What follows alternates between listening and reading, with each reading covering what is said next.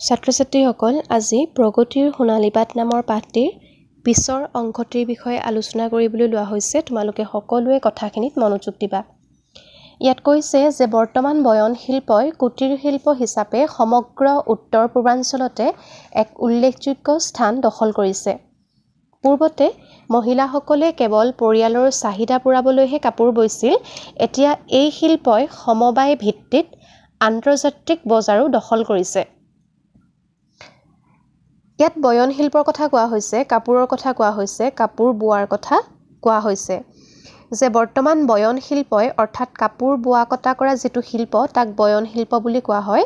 কুটিৰ শিল্প হিচাপে যিটো কোনো ধৰণৰ মেচিনেৰী বস্তু ব্যৱহাৰ নকৰি যিটো কেৱল বাঁহ বেতৰ শিল্প, তাঁতশাল, মৃৎশিল্প এইবোৰ হৈছে কুটিৰ শিল্প। অৰ্থাৎ যিবোৰ প্ৰাকৃতিকভাৱে পোৱা বস্তুক লৈ, সহজলভ্য বস্তুবিলাকক লৈ যিবিলাক বস্তুৰ উৎপাদন কৰা হয় এইবোৰে হৈছে কুটিৰ শিল্প। আৰু এই বয়ন শিল্পই কুটিৰ শিল্প হিচাপে সমগ্ৰ উত্তৰ পূৰ্বাঞ্চলতে এক উল্লেখযোগ্য স্থান দখল কৰিছে। আৰু পূৰ্বতে মহিলাসকলে কেৱল নিজৰ পৰিয়ালৰ চাহিদা পূৰাবলৈহে কাপোৰ বৈছিল। অৰ্থাৎ তেওঁলোকে নিজৰ লজ্জা নিবাৰণৰ বাবে বা পৰিয়ালৰ চাহিদা পূৰ কৰিবলৈহে কাপোৰ বৈছিল। দোকানৰ পৰা কাপোৰ নিকিনি বা সেই সময়ত কিনিবলৈ সুবিধাও নাছিল, সেয়ে তেওঁলোকে নিজৰ পৰিয়ালৰ চাহিদা পূৰ কৰিবলৈ কাপোৰ বৈছিল। কিন্তু বৰ্তমান এই শিল্পই সমবায় ভিত্তিত আন্তৰ্জাতিক বজাৰো দখল কৰিছে। অৰ্থাৎ এতিয়া বিভিন্ন ধৰণৰ ডাঙৰ ডাঙৰ যন্ত্ৰপাতিৰ সহায়ত ডাঙৰ ডাঙৰ উদ্যোগসমূহ মানুহে নিৰ্মাণ কৰি লৈছে। আধুনিক উন্নত মানৰ যন্ত্ৰপাতিৰ ব্যৱহাৰ হৈছে। আৰু আগতে মানুহে বাঁহৰ বা কাঠৰ সামগ্ৰী ব্যৱহাৰ কৰি তাঁতশাল এখন তৈয়াৰ কৰি লৈছিল আৰু নিজৰ লজ্জা নিবাৰণৰ বাবে বা নিজৰ পৰিয়ালৰ চাহিদা পূৰাবলৈ কাপোৰ বৈ উলিয়াইছিল। গতিকে সেই লজ্জা নিবাৰণৰ উদ্দেশ্যে বা পৰিয়ালৰ চাহিদা পূৰ কৰাৰ উদ্দেশ্যে যি তেওঁলোকে কাপোৰ বৈছিল, সেই শিল্পটোৱে বৰ্তমান আন্তৰ্জাতিক বজাৰ এখন দখল কৰিবলৈ সক্ষম হৈছে। বৰ্তমান বিভিন্ন ডাঙৰ ডাঙৰ উদ্যোগ নিৰ্মাণ কৰি যথেষ্ট পৰিমাণে কাপোৰ উৎপাদন সম্ভৱ হৈ উঠিছে। আৰু বয়ন শিল্পই বৰ্তমান অসমৰ লগতে ভাৰত বা দেশৰ বাহিৰতো আন্তৰ্জাতিক বজাৰ এখন দখল কৰিবলৈ সক্ষম হৈছে। তাৰপিছত কৈছে যে সকলো কামৰ একোটা গঠনাত্মক দিশ থাকে। জীৱন নিৰ্বাহৰ বাবে ধন ঘটিবলৈ যেনেকৈ যোগ্যতাৰ প্ৰয়োজন, তেনেকৈ প্ৰণালীবদ্ধভাৱে ৰন্ধা বঢ়া ইত্যাদি কৰিবলৈও দক্ষতাৰ আৱশ্যক।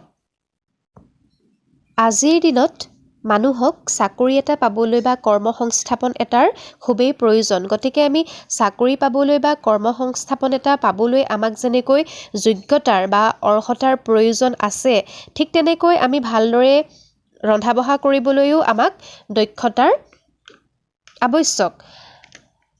আজি একাংশ মহিলাই নিজকে বিভিন্ন ধৰণে অৰ্হতা সম্পন্ন কৰি তুলিবলৈ ঘৰৰ বাহিৰলৈ ওলাই আহিছে। আন একাংশই আকৌ ঘৰখনৰ সকলো কাম নিজ হাতে কৰি ধন ৰাহি কৰিছে। আজিৰ যুগত নিজকে বিভিন্ন ধৰণে স্বাৱলম্বী কৰি তুলিবলৈ নিজৰ মাজত যিখিনি অৰ্হতা আছে, সেই অৰ্হতা ল'বলৈ ঘৰৰ বাহিৰলৈ একাংশ মহিলা ওলাই গৈছে। আন একাংশই আকৌ ঘৰখনৰ সকলো কাম নিজ হাতে কৰি ধন ৰাহি কৰিছে। অৰ্থাৎ আন একাংশই নিজৰ ঘৰৰ বিভিন্ন কামবোৰ কৰি, ঘৰৰ কামবোৰ ভালদৰে কৰি, নিজৰ ঘৰখন ভালদৰে ৰাখিও ঘৰৰ যি খৰচ, সেই খৰচ ৰাহি কৰিছে। ইও এক প্ৰকাৰৰ স্বাৱলম্বনী। সৰোজিনী নাইডু, এনি বেচাণ্ট, কল্পনা চাওলা, পুনিতা অৰোৰা, কিৰণ বেদী, মেধা পাটেকাৰ আদিৰ দৰে মহিলাই নিজ নিজ কৰ্মক্ষেত্ৰত দক্ষতাৰে কাম কৰি দেশৰ প্ৰগতিত বৰঙণি যোগাইছে। সৰোজিনী নাইডু ভাৰতৰ এগৰাকী স্বাধীনতা সংগ্ৰামী আছিল।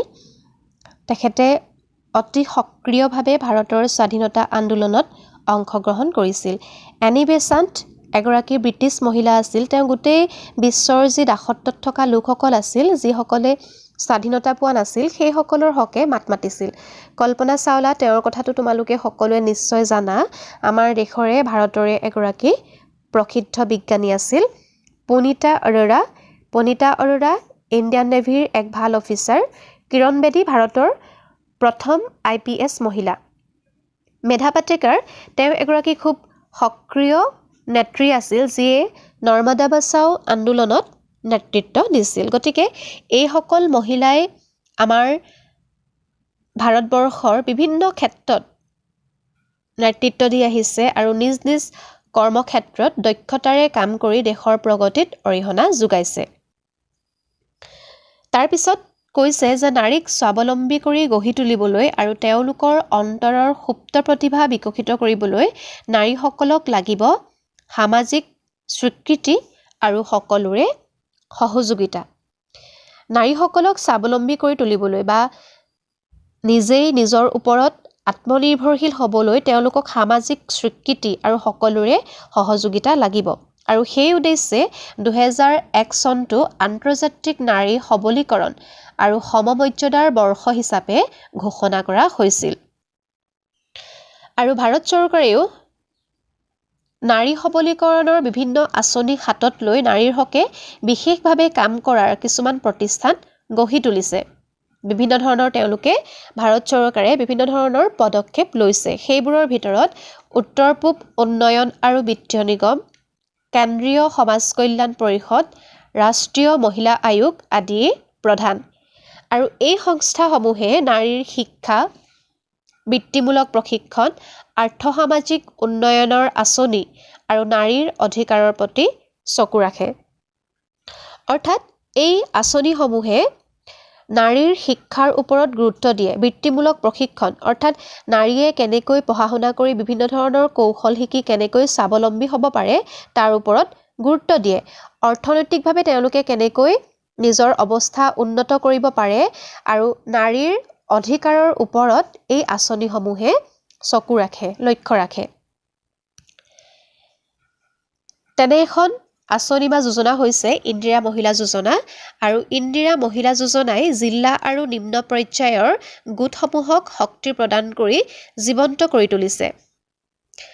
আৰু এই যোজনাই মহিলাসকলক চৰকাৰে আগবঢ়োৱা ঋণ আৰু অন্যান্য সা-সুবিধাসমূহ গ্ৰহণ কৰি সেইবোৰৰ উপযুক্ত ব্যৱহাৰৰ বাবে পৰামৰ্শ আগবঢ়ায়। ইন্দিৰা মহিলা যোজনা এইখন এখন আঁচনি আৰু এই যোজনাই মহিলাসকলক চৰকাৰে যিবোৰ ঋণ আগবঢ়াইছে, লোন আগবঢ়াইছে, সেইবোৰ ভালদৰে ব্যৱহাৰ কৰিছেনে নাই তাৰ ওপৰত পৰামৰ্শ আগবঢ়ায়।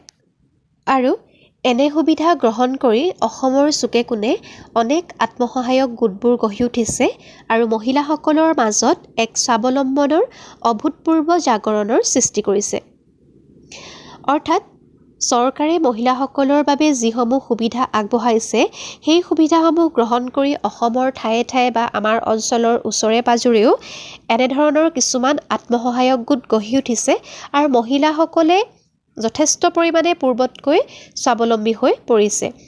আৰু চৰকাৰে আগবঢ়োৱা সা-সুবিধা গ্ৰহণ কৰাৰ লগতে মহিলাসকলে মনস্তাত্ত্বিক বাধা আঁতৰাই নিজৰ যোগ্যতা সম্পৰ্কে আত্মসচেতন হোৱাটোৱে তেওঁলোকৰ প্ৰাথমিক কৰ্তব্য।